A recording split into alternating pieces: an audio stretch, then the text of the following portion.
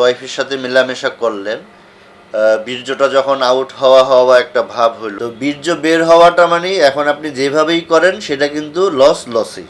এই অঙ্গের উপরে অত্যাচার হয় প্লাস ব্রেনের উপরে অতিরিক্ত বীর্যের মধ্যে যে শুক্রাণু থাকে স্পাম, সে ওই সবগুলো শুক্রাণু বের সেক্সুয়াল ইয়াটার মেইন চূড়ান্ত অবস্থাটা কি? এই যে স্বপ্নদোষ হয় কিংবা আমরা যেটা আমাদের বাংলা কথায় হ্যান্ডিং বলে বা হাত দিয়ে মানে যে বীর্যস্খলন করে, এবং আরেকটা হচ্ছে স্বামী স্ত্রী সহবাস বা স্ত্রী সহবাস বা মেয়েদের সঙ্গে সহবাস করা, যেভাবেই বলি না কেন, এই স্ত্রী সহবাস এবং অন্যান্য যে কোনো ওয়েতে বীর্যস্খলন করা শক্তি ক্ষয়ের দিক থেকে একই রকম নাকি পার্থক্য আছে?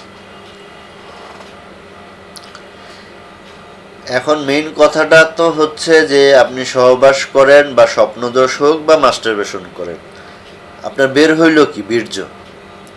তো বীর্য বের হওয়াটা মানে এখন আপনি যেভাবেই করেন সেটা কিন্তু লসই। সেটা আপনার বডি থেকে সে ওই পরিমাণ টেস্টোস্টেরন নিয়ে আসলো, বীর্যের মধ্যে যে শুক্রাণু থাকে স্পাম, সে ওই সবগুলো শুক্রাণু বের করে দিল।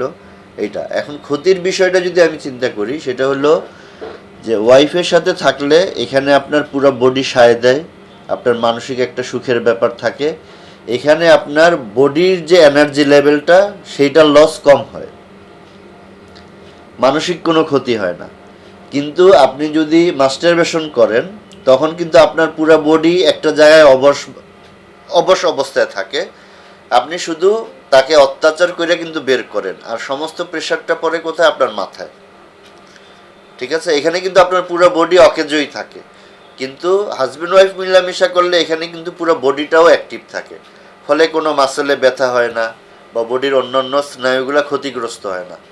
কিন্তু যখন আপনি মাস্টারবেশন করবেন, এখানে কিন্তু আপনি জোর করে ব্রেনে ওই ধরনের চিন্তা নিয়ে আসতেছেন এবং আপনার বডি এখানে অবশ হয়ে থাকে, এবং আপনার এই হাত যেহেতু শক্ত জিনিস, আপনার পেনিসটা কিন্তু এই শক্ত জিনিসের জন্য আল্লাহ বানায় নাই। পেনিসটা যেই জায়গায় ব্যবহারের জন্য বানাইছে সেটা কিন্তু তুলার চেয়েও নরম একটা, এবং সেটা হলো, তাহলে সুখটা কোথায়? সুখ হইলো অনুভূতিতে, যে অনুভূতিটা আমরা নেই, ঠিক না?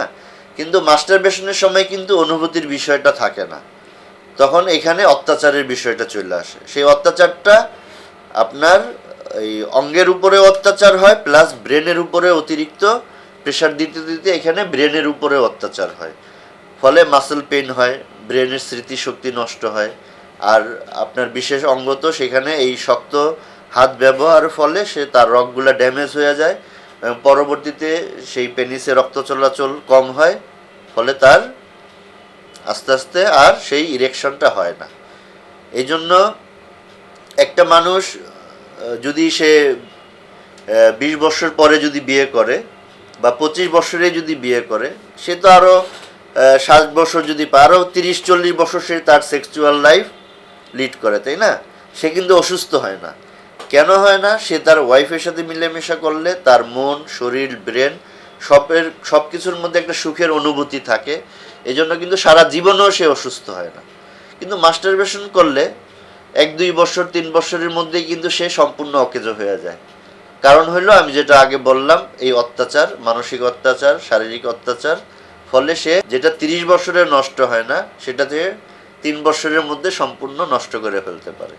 এই জন্য আমাদেরকে ন্যাচারাল ওয়েতে আল্লাহ তাআলা আমাদেরকে যেই সিস্টেমের জন্য বানাইছে, আমাদেরকে সেই সিস্টেম মেনে চলাটাই কিন্তু আমাদের জন্য জরুরি এবং সেটাই কর্তব্য, সুবুদ্ধির পরিচয়।